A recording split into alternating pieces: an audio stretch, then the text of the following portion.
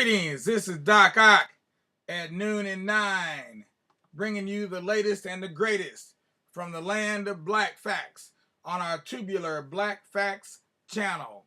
Hopefully all of you have already subscribed. Hopefully everybody has already given us a like if you're watching on Facebook. If you're watching on YouTube, you can give us a thumbs up. And now, let the show begin. Today, we're continuing on with our story of the Maroons of Jamaica, in particular, the mother of us all. That's right, she's a real mother for you, and her name is Granny Nanny, otherwise known as Queen Nanny. That's right, aka Queen Nanny, or Queen Nanny, as some people like to say. Let's go ahead. We'll do this proverb right here. I know I've done this one before, but I like it, and I'm going to do it again. When you follow in the path of your father, you learn to walk like him. When you follow in the path of your father, you learn to walk like him. Some folks say that about me at times. Although I tried my level best not to walk like my father, to walk better than my father, but he's a hard act to follow, put it that way. So on with our story for today. Let's see what's going on with Granny Nanny today. And I said this in my description that you read on YouTube, that in spite of the fact that there are 7 national heroes in Jamaica, none of them women, with the exception of one. That one, Queen Nanny, has a very thin biography. Not a lot said about her. The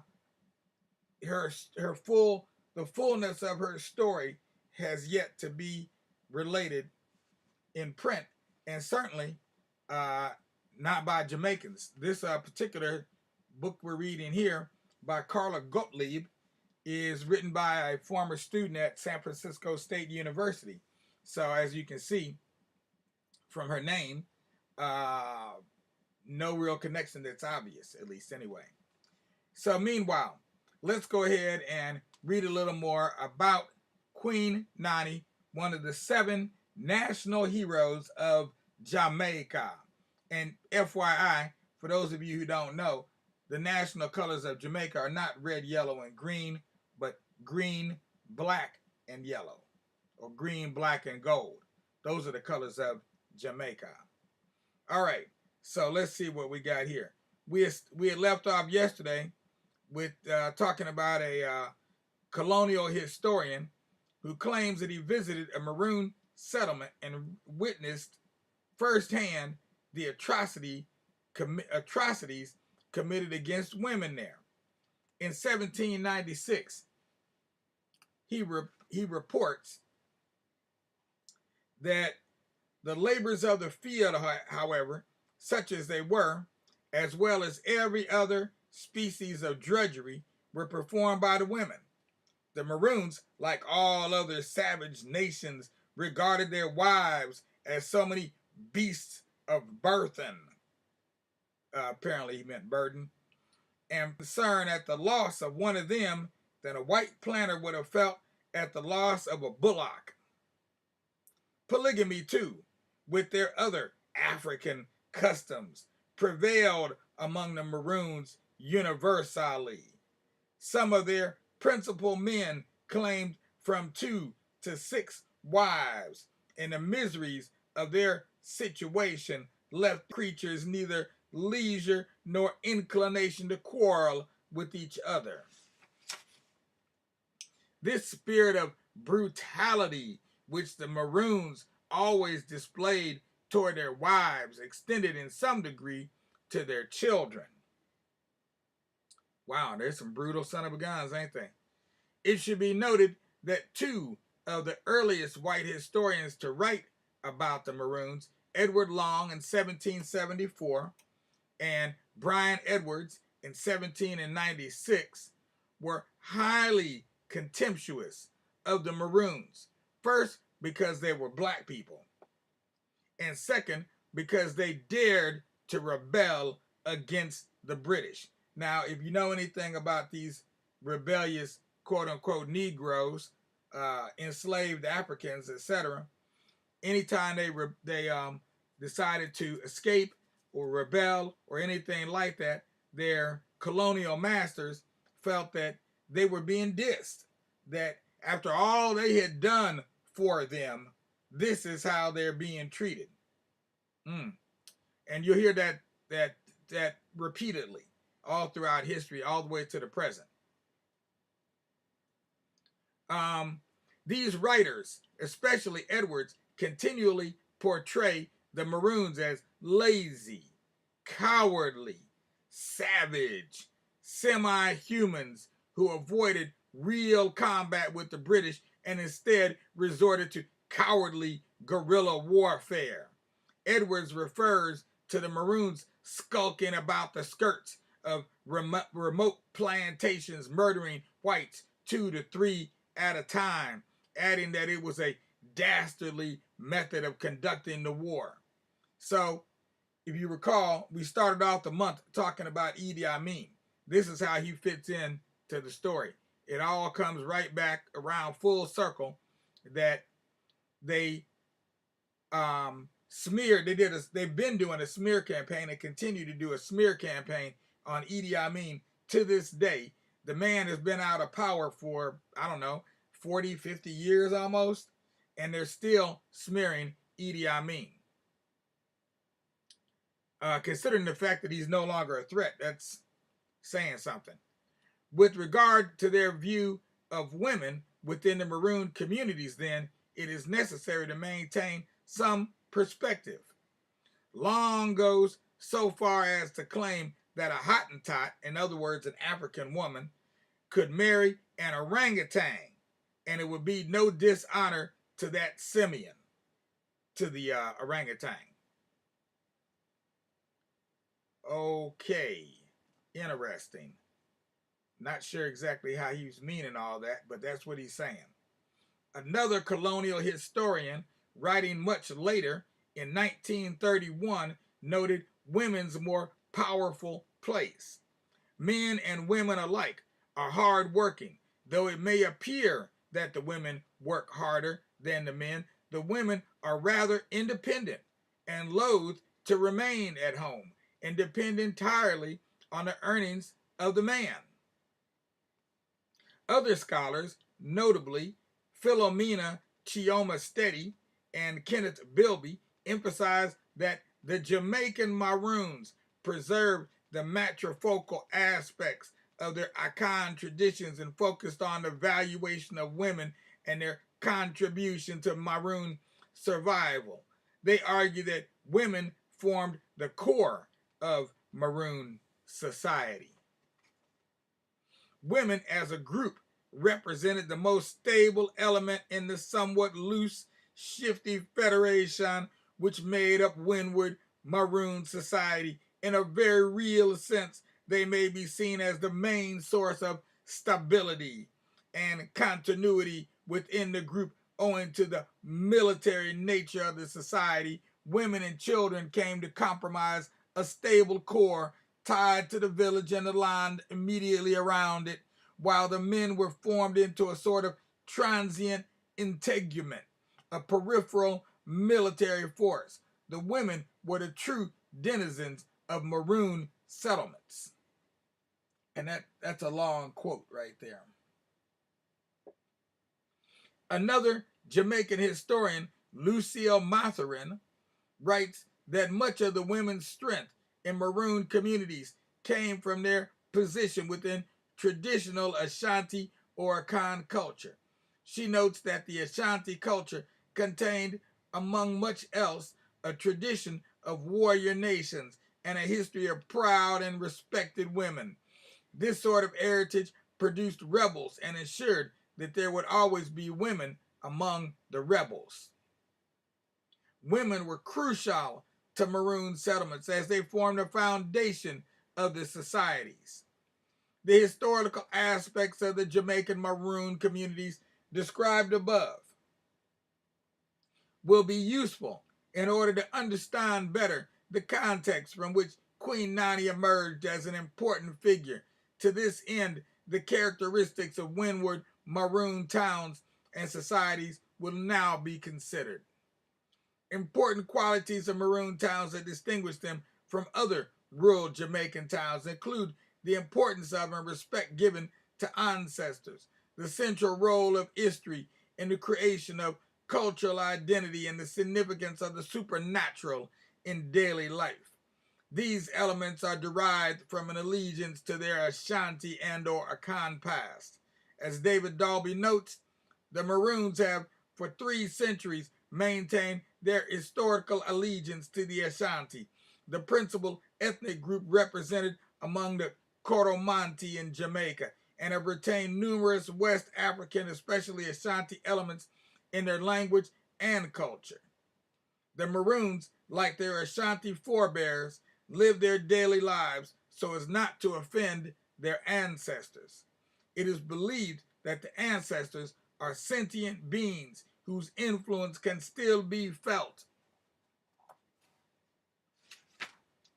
Progenitors are revered and almost worshipped.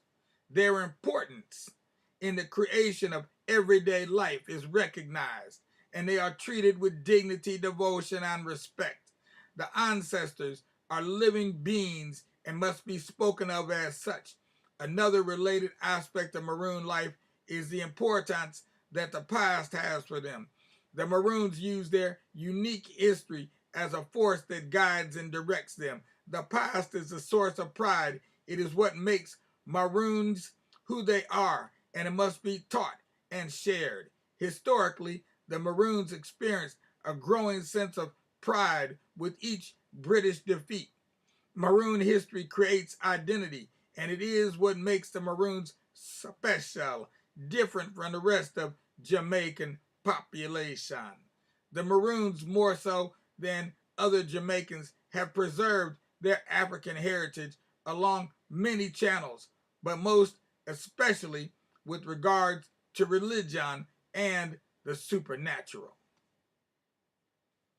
To the earliest Jamaican Maroons, the belief in Obia, a kind of supernatural force, influenced and determined their actions. Traditionally, headmen, chiefs, and generals have always had a spiritual advisor, an Obia man or woman, to direct them and to help them with important decisions. After living among the Maroons at Moortown for more than 12 months, ethno-historian Kenneth Bilby noted, "By this time it was apparent to me that the complex of ideas and beliefs concerning the supernatural was intimately tied to Maroon identity. Indeed, it seemed the primary defining element underlying notions of Maroon uniqueness, and it was precisely because it lay under the surface that this uniqueness was not readily discernible to casual visitors to Maroon Town. Initially, Bilby was surprised that the supernatural elements of Maroon culture appeared to be hidden to the outside observer, and he questioned whether they really existed at all. Later, he surmised that they were hidden precisely because they were so important. The power of Obia is known to the modern Maroons as science. Having established certain characteristics about the Maroons that are derived from their common Akan or Ashanti ancestry, it is necessary now to move forward to look at Maroon society through its history of warfare with the British. This history, as previously mentioned, is a source of pride that forms a continuing definition of identity. The Maroons successfully fended off the mightiest empire in the world, Great Britain, for more than 80 years. The colonial government continually called for more British troops to fight the Maroons, and they were sent thousands at a time. The Maroons were successful against the British on every occasion, even though the British had sophisticated weapons of war. Mayor Charles Aarons in 1994 was the deputy chief of Moortown under Colonel C.L.G. Harris. According to Aarons, his job politically is to do what I see fit for the well-being of the people. Besides this political post, Aaron is a renowned herbal healer, a lecturer, and a representative for the Windward Maroons. He visited the United States in March and April of 1994, giving lectures on the Maroons and on the medicinal tradition of the Maroons using curative herbs in Miami, Atlanta, and San Francisco. The author conducted a series of private interviews with Major Aarons during his lecture tour in San Francisco, a tour that was arranged jointly with Farika Birhan. The story of the Maroons is unique in history. How several hundred escaped slaves without uniforms, without guns and ammunition, except those that they were able to steal or to obtain covertly, without any steady source of food and without secure living conditions, could fend off the best soldiers of an empire that had an almost endless supply of sophisticated heavy artillery, including portable swivel guns, a seemingly endless supply of new soldiers, as well as a wealth of material resources, is a historical feat that probably could never be duplicated. The power of this group that consisted of several hundred people may be ascertained through an entry recorded in the Jamaica archives, which states that in August of 1734, a total of 27 plantations were abandoned on the windward side of the island. The fact that a handful of people could force 27 different plantation owners, complete with families and hundreds of slaves, to leave the land they had bought is an amazing achievement. The Maroon Wars have been studied for their remarkable contributions to the art of guerrilla warfare. Farika Birhan is an official representative of the Maroon community of Western Jamaica. She is also a lecturer, poet, community activist, and a journalist. She performs community outreach for the Maroons in the United States, and she is the public relations ambassador for Maroon summits, lecturing widely on the Maroons throughout the United States. Farika Birhan was in San Francisco during March and April of 1994. It was during this time that the author interviewed her and Major Aarons. And so we come full circle roundabout all the way back to where we began with the image of Jamaica's national heroes. Yeah, with the image of Jamaica's national heroes. And we will read, we've got one more day of reading left on the morrow. Of course, it will be Black Tonight, continuing our story of Mary Ellen Pleasant, as told by Michelle Cliff in her historical novel. Meanwhile, you all know what to do. Give us a like if you're watching on Facebook. Give us a thumbs up if you're on our Tubular Black Facts channel, which is where you should be if you want the full effect with all the imagery, etc. And last but not least, go ahead and subscribe to the Tubular Black Facts channel right below. Hit the subscribe button. Meanwhile, we're going to go ahead and close this session out with our extra Peace with Justice, because anything less disgusts us. And we like being discussed, but we don't like being disgusted. You know how it go.